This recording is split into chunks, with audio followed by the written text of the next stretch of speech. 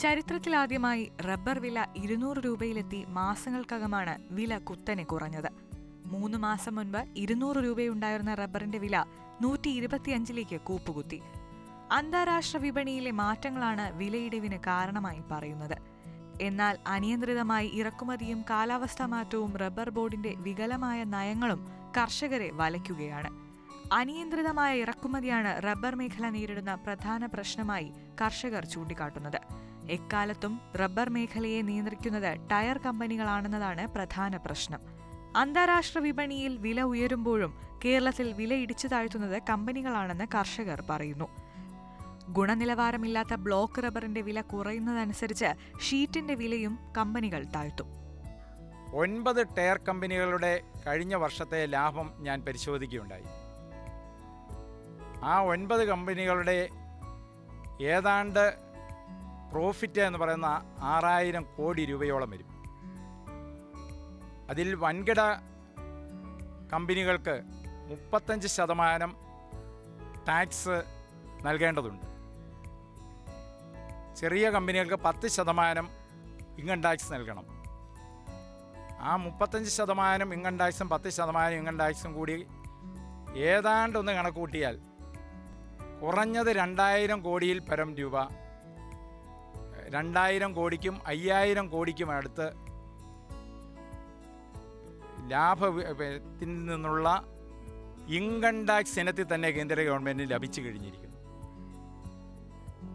അപ്പോൾ income tax ഇനത്തിലുള്ള 6000 കോടിയോളം വരുന്ന വരുമാനം, ഇമ്പോർട്ട് ഡ്യൂട്ടിയിൽ നിന്നുള്ള വരുമാനം, സെസ്സിൽ നിന്നുള്ള വരുമാനം, ഇതെല്ലാം കൂടി കൂട്ടിയാൽ പോലും ഇവിടുത്തെ റബ്ബർ ബോർഡിലെ തൊഴിലാളികൾക്ക് ശമ്പളം കൊടുക്കുന്നതിനുള്ള തുക പോലും ഇന്ന് കേന്ദ്ര ബജറ്റിൽ കേന്ദ്ര ഗവൺമെൻറ് റബ്ബർ ബോർഡിന് നൽകുന്നില്ല എന്നുള്ളതാണ് സത്യം.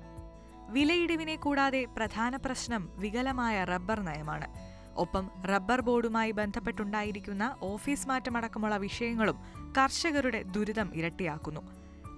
എംപിമാരും സംസ്ഥാന സർക്കാരും കേന്ദ്രത്തിൽ സമ്മർദ്ദം ചെലുത്തി ശാശ്വതമായ പരിഹാരമുണ്ടാക്കണമെന്നാണ് കർഷകർ ആവശ്യപ്പെടുന്നത്. കേന്ദ്ര ഗവൺമെന്റ് റബ്ബർ ബോർഡിനെ തന്നെ ഇല്ലാതാക്കാനുള്ള ശ്രമത്തിലാണ്. ഇവിടുത്തെ ഫീൽഡ് ഓഫീസുകൾ 46 പൂട്ടി, റബ്ബർ റീജിയണൽ ഓഫീസുകൾ പൂട്ടുന്നു. 250 കോടി രൂപ റബ്ബർ ബോർഡിന് ബഡ്ജറ്റ് ഉണ്ടായിരുന്നത് വെറും 142 മാറ്റി. 26 പദ്ധതികൾ റബ്ബർ ബോർഡിൽ കൂടുതൽ ഉണ്ടായിരുന്നത് മുഴുവനും നിർത്തിവെച്ചിരിക്കുന്നു. റബ്ബർ കർഷകർക്ക് യാതൊരു ആനുകൂല്യവും റബ്ബർ ബോർഡിൽ നിന്നില്ല. ഇങ്ങനെയുള്ള സ്ഥിതിവിശേഷത്തിൽ ഈ ഗവൺമെൻറ് റബ്ബർ കൃഷിയെ, പ്രത്യേകിച്ച് കേരളത്തിലെ റബ്ബർ കൃഷിയെ മുഴുവൻ തകർക്കുകയാണ്. ഇതുകൂടാതെ ചരക്ക് സേവന നികുതി നടപ്പാക്കുന്നതും റബ്ബർ മേഖലയ്ക്ക് തിരിച്ചടിയാകുമെന്ന് കർഷകർ പറയുന്നു. റബ്ബർ വ്യവസായം നടത്തുന്ന കമ്പനികളിൽ നിന്ന് മാത്രമാണ് കേന്ദ്ര സർക്കാർ സെസ് ഈടാക്കിയിരുന്നത്. പ്രതിവർഷം ഇതിലൂടെ 250 കോടി രൂപയോളം സർക്കാരിന് ലഭിച്ചിരുന്നു. ഈ തുക റബ്ബർ ബോർഡിനും അതുവഴി റബ്ബർ കർഷകരിലേക്കും എത്തിയിരുന്നു. എന്നാൽ GST വരുന്നതോടെ ഈ സെസ് സമ്പ്രദായം ഇല്ലാതാകും. ഇത് വൻകിട റബ്ബർ കമ്പനികൾക്ക് അനുകൂലമാകും. ഇത് നടപ്പായാൽ സാധാരണക്കാരായ കർഷകരെയും റബ്ബർ ബോർഡിനെയും സാരമായി ബാധിക്കും. ബലത്തകർച്ചയിൽ നിൽക്കുന്ന ഈ റബ്ബർ കർഷകർ 150 രൂപയുടെ ഒരു ഡിഫറൻസാണ് ഇപ്പോൾ അവരുടെ ഏക ആശ്രയം. ആ ആശ്രയത്തെയാണ് ഈ റീജിയണൽ ഓഫീസുകൾ നിർത്തലാത്തതുകൊണ്ട് നിന്നു പോകുന്നത്.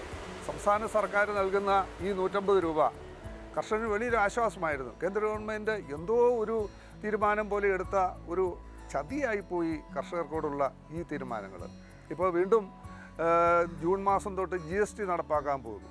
GST നടപ്പാക്കി കഴിയുമ്പോൾ കിലോയ്ക്ക് 2 രൂപ എന്ന നിലയിൽ വ്യവസായികളുടെ നിന്ന് പിരിച്ചുകൊണ്ട് കർഷകർക്കായി മാറ്റിവെച്ചിരുന്ന ആ 2 രൂപ സെസ് ഏതാണ്ട് ഒരു വർഷം 200 കോടിക്ക് മുകളിൽ റുപ്യ കിട്ടിക്കൊണ്ടിരുന്നതാണ്.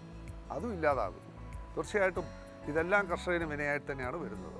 ഒരു റബ്ബർ കമ്പനി ആരംഭിക്കുന്നതിനുള്ള അപേക്ഷ നൽകുമ്പോൾ തന്നെ സ്ഥാപനത്തിന്റെ ശേഷിയുടെ അടിസ്ഥാനത്തിൽ സെസ് ഏർപ്പെടുത്തുകയാണ് ചെയ്തിരുന്നത്. കിലോയ്ക്ക് 2 രൂപ വീതമായിരുന്നു സെസ്. റബ്ബർ ബോർഡിന്റെ പ്രവർത്തനത്തിനും സബ്സിഡി അടക്കമുള്ള കർഷകരുടെ ആവശ്യങ്ങൾക്കും ഈ തുകയാണ് ഉപയോഗിച്ചിരുന്നത്. സാമ്പത്തിക പ്രതിസന്ധിയെ തുടർന്ന് 26 പദ്ധതികളാണ് റബ്ബർ ബോർഡ് നിർത്തലാക്കിയത്. ആവർത്തന കൃഷിക്കുള്ള സബ്സിഡി, RPSകൾക്കുള്ള സഹായം, ഇൻഷുറൻസ് പദ്ധതി എന്നിവയുൾപ്പെടെയുള്ള സ്കീമുകളാണ് സാമ്പത്തിക പ്രതിസന്ധി മൂലം നിർത്തിവച്ചത്. റബ്ബർ മേഖലയിൽ നടന്നുവന്ന ഗവേഷണങ്ങൾ നിലച്ചതും വികസനത്തിന് തടസ്സമാണ്. പുതുപ്പള്ളിയിലെ ഗവേഷണ കേന്ദ്രത്തിൽ കഴിഞ്ഞ 2 വർഷത്തിനിടെ ഒരു പുതിയ പ്രോജക്റ്റ് പോലും വന്നിട്ടില്ല. ഇതോടെ കേന്ദ്രം അടച്ചുപൂട്ടൽ ഭീഷണിയിലാണ്. ഇന്ത്യയിലാകെ പ്രസിദ്ധമായിട്ടുള്ള പുതുപ്പള്ളിയിലെ റബ്ബർ റിസർച്ച് സെൻറ്റർ. ആ റിസർച്ച് സെൻറ്ററിന് കഴിഞ്ഞ 2 വർഷമായി പുതിയ പ്രോജക്റ്റുകളൊന്നും അനുവദിക്കുന്നില്ല. റബ്ബർ റിസർച്ച് സെൻറ്ററിൽ ആണ് ഈ 105 പോലുള്ള നല്ല ക്ലോണുകളെല്ലാം ഉൽപ്പാദിപ്പിച്ചത്. ഓരോ പ്രോജക്റ്റുകളായിട്ടാണ് അവിടെ പദ്ധതികൾ വരുന്നത്. 2 വർഷമായി പുതിയ പ്രോജക്റ്റുകൾ വരുന്നില്ലാത്തത് നിമിത്തം 2-3 വർഷത്തിനകം പുതുപ്പള്ളിയിലെ റിസർച്ച് സെൻറ്റർ അടച്ചുപൂട്ടേണ്ട ഘട്ടത്തിലേക്ക് എത്തിയിരിക്കുകയാണ്. ഇപ്പോൾ ഉണ്ടായിരിക്കുന്നത് സാമ്പത്തിക കുറവ് മൂലം കേരളത്തിലെ ഏതാണ്ട് 39 ഫീൽഡ് ഓഫീസുകൾ പൂട്ടിയിട്ട് കഴിഞ്ഞു. ഇപ്പോൾ അതിൻ്റെ 2ാം ഘട്ടം എന്നുള്ള നിലയിൽ റീജിയണൽ ഓഫീസുകൾ പൂട്ടിക്കൊണ്ടിരിക്കുകയാണ്. കോട്ടയം, പത്തനംതിട്ട, ഇടുക്കി ജില്ലകളിലായി 9 ലക്ഷത്തോളം കർഷകരെയാണ് റബ്ബർ പ്രതിസന്ധി ദുരിതത്തിലാക്കുന്നത്. ആഭ്യന്തര വിപണിയെ തളർത്തി ഇറക്കുമതിയെ പ്രോത്സാഹിപ്പിക്കുന്ന വികലമായ നയം തിരുത്താതെ മേഖലയ്ക്ക് രക്ഷയില്ലെന്നാണ് വിദഗ്ധർ പറയുന്നത്.